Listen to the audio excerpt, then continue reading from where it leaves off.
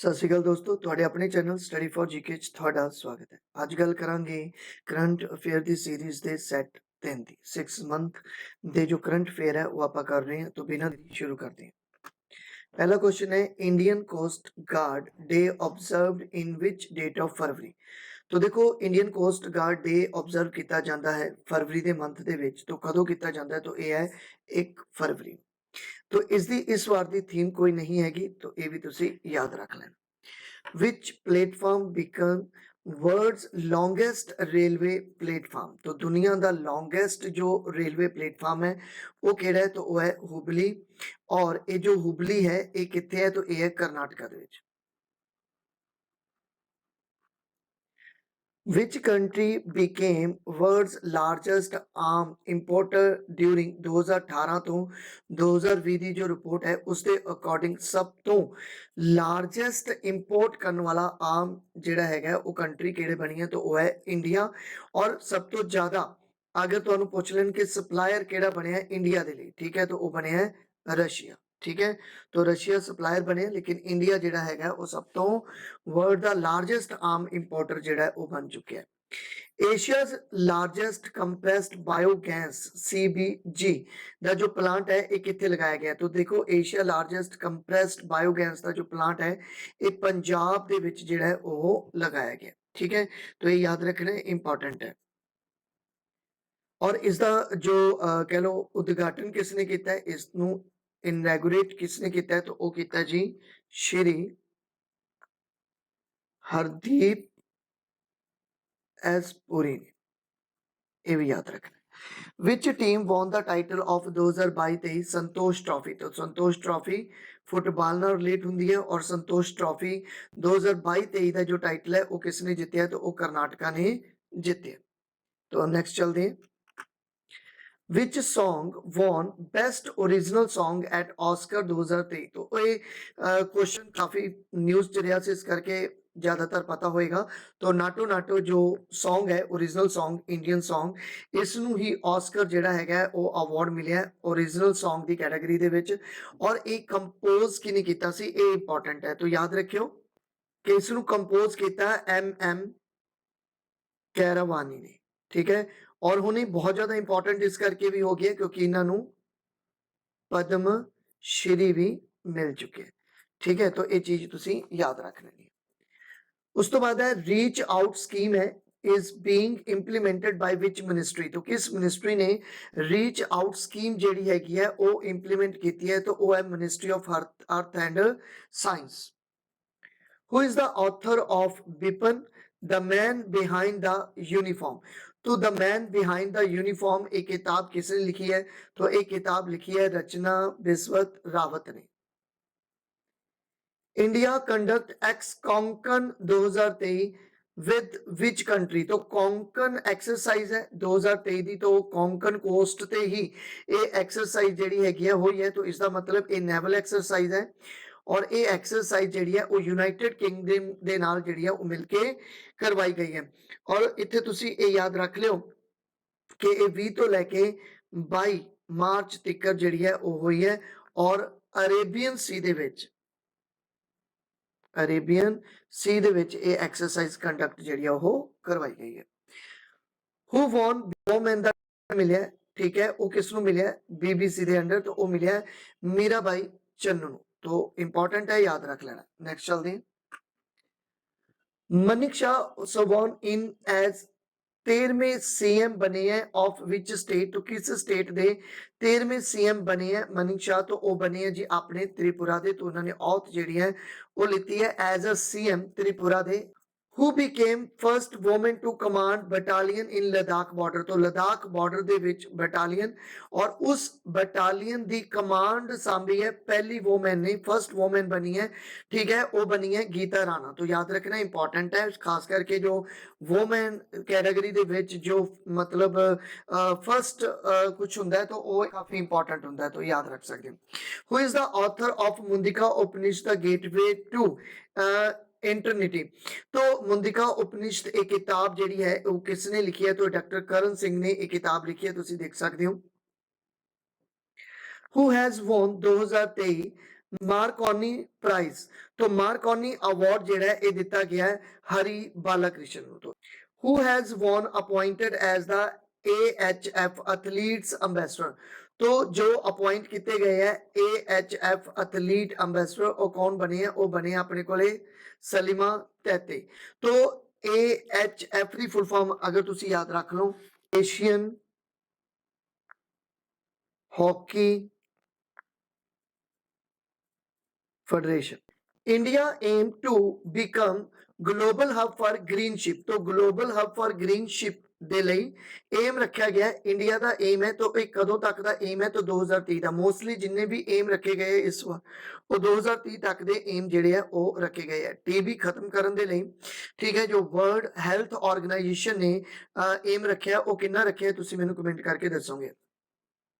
Which country will host Malabar exercise 2023, तो देखो Malabar JD exercise है ये एक नेवल एक्सरसाइज है और ये एक्सरसाइज जो है ये होस्ट कंट्री केड़ी बनी है, तो वो है ऑस्ट्रेलिया। तो याद रखना ऑस्ट्रेलिया जेडी है वो होस्ट कंट्री बनी है मालाबार एक्सरसाइज है।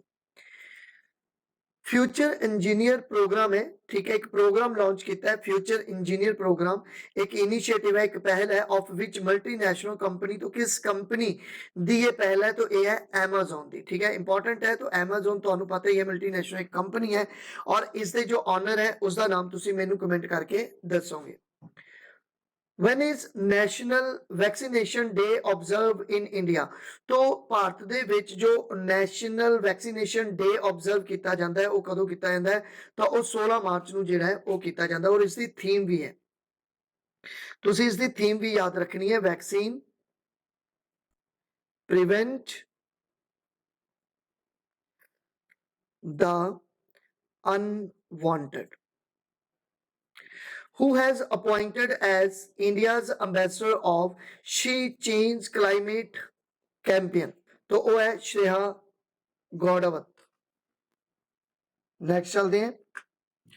Who has been appointed as managing director MD बने ने of LIC, तो LIC दे MD बने ने कौन, तो वो है तबलेश पांडे अते M जगन्नाथ। तो दोनों ही इंपॉर्टेंट है, याद रखना है।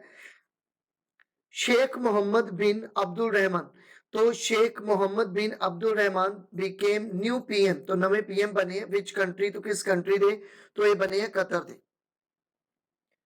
विच state won senior women's national hockey championship, तो जो senior women national hockey championship है 2023 दी इस स्टेट्स दे विच हुंदी है, तो किस स्टेट ने इस टाइटल नु जितया, तो वो है MP Madhya Pradesh. Who led foundation stone for India's fifth nano urea plant in Deoghar, तो fifth nano urea plant Deogarh जेड़ा हैगा वो लगाया गया है, तो इसका उद्घाटन किया सी, तो वो किसने किया सी, इसकी फाउंडेशन रखी है, तो किसने रखी है, तो वो रखी है अमित शाह ने। Who became India's chess grand master बने हैं, 80वें नंबर के ग्रैंड मास्टर है, ठीक है।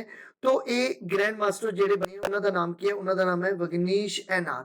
और अगर फर्स्ट की गल करिए तो फर्स्ट तुसी मेनू कमेंट करके जेड़ा है वो दसना है, ठीक है। नेक्स्ट चलते हैं।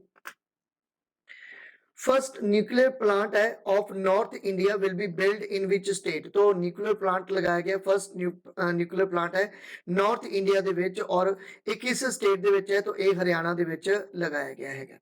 और हरियाणा दे सीएम कौन है ये भी तुसी कमेंट करके दस दो।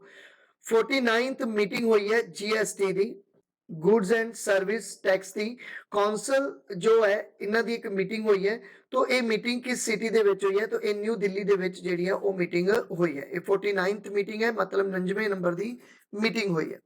Who has been appointed as new vice chief of Indian air force, तो इंडिया दे एयरफोर्स दे जो नवे वाइस चीफ बने हैं उन्हां दा नाम की है, तो उन्हां दा नाम है अमरप्रीत सिंह। इंपॉर्टेंट है, याद रख लियो। India conducted exercise Tarkash, Tarkash with which country, तो किस कंट्री के नाल तरकश एक्सरसाइज जी है वो करवाई गई है, तो इंडिया ने ये एक्सरसाइज कंडक्ट करवाई है और ये है यूएसए, ठीक है। और इंडिया तो ये एक्सरसाइज एक्चुअल दे विच एक तरह की जॉइंट एक्सरसाइज है और joint exercise they which India वालों national security guard,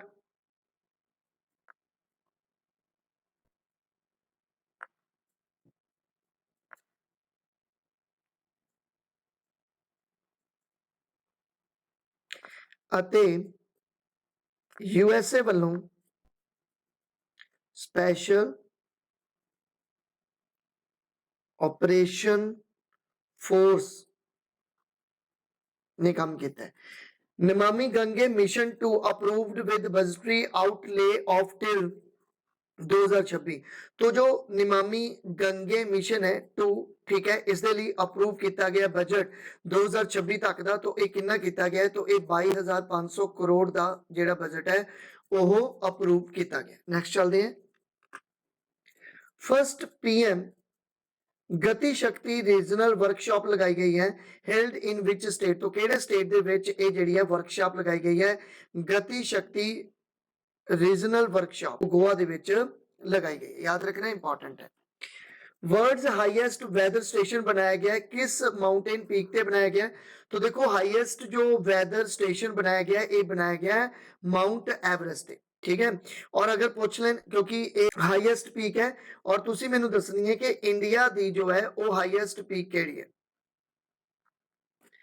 Who has hit most number of sixes in the test match। तो टेस्ट मैच दे विच सब तो ज्यादा जो 6 मारन वाला कौन है वो है अपने कोले Ben stock. Which state government organize first state level shrimp मेला। तो shrimp मेला मतलब एक्चुअल दे विच की हुंदा है कि ये कुछ कह लो कि स्मॉल सी ठीक है क्रेचर हुंदे ने छोटे छोटे जिवें झिंगे वगैरह हो गए। तो उन्हां दे लई एक कह लो कि तुसी ऑर्गेनाइज किया गया है एक मेला। तो ये पंजाब दे विच जिहड़ा वो किया गया। याद रखना तुसी देख सकते हो। Which airline company will buy 220 Boeing plane for $34 billion। तो $34 billion ਦੇ ਵਿੱਚ ठीक है किस कंपनी ने 220 बोइंग प्लेन ਜਿਹੜੇ ਹੈ ਉਹ ਬਾਈ ਕੀਤੇ ਹੈ तो वो है एयर इंडिया। तो thank you for watching. Please मेरे चैनल ਨੂੰ ਸਬਸਕ੍ਰਾਈਬ ਕਰ ਲਓ ਬੈਲ ਆਈਕਨ ਨੂੰ ਪ੍ਰੈਸ ਕਰ ਲਓ ਤਾਂ ਜੋ ਆਉਣ ਵਾਲੀਆਂ ਵੀਡੀਓ ਤੁਹਾਨੂੰ ਸਮੇਂ ਸਿਰ ਮਿਲ ਸਕਣ। ਤੁਸੀਂ ਮੈਨੂੰ ਫੋਲੋ ਕਰ ਸਕਦੇ ਹੋ YouTube ਤੇ Instagram Facebook ਐਂਡ Telegram ਤੇ। तो थैंक यू।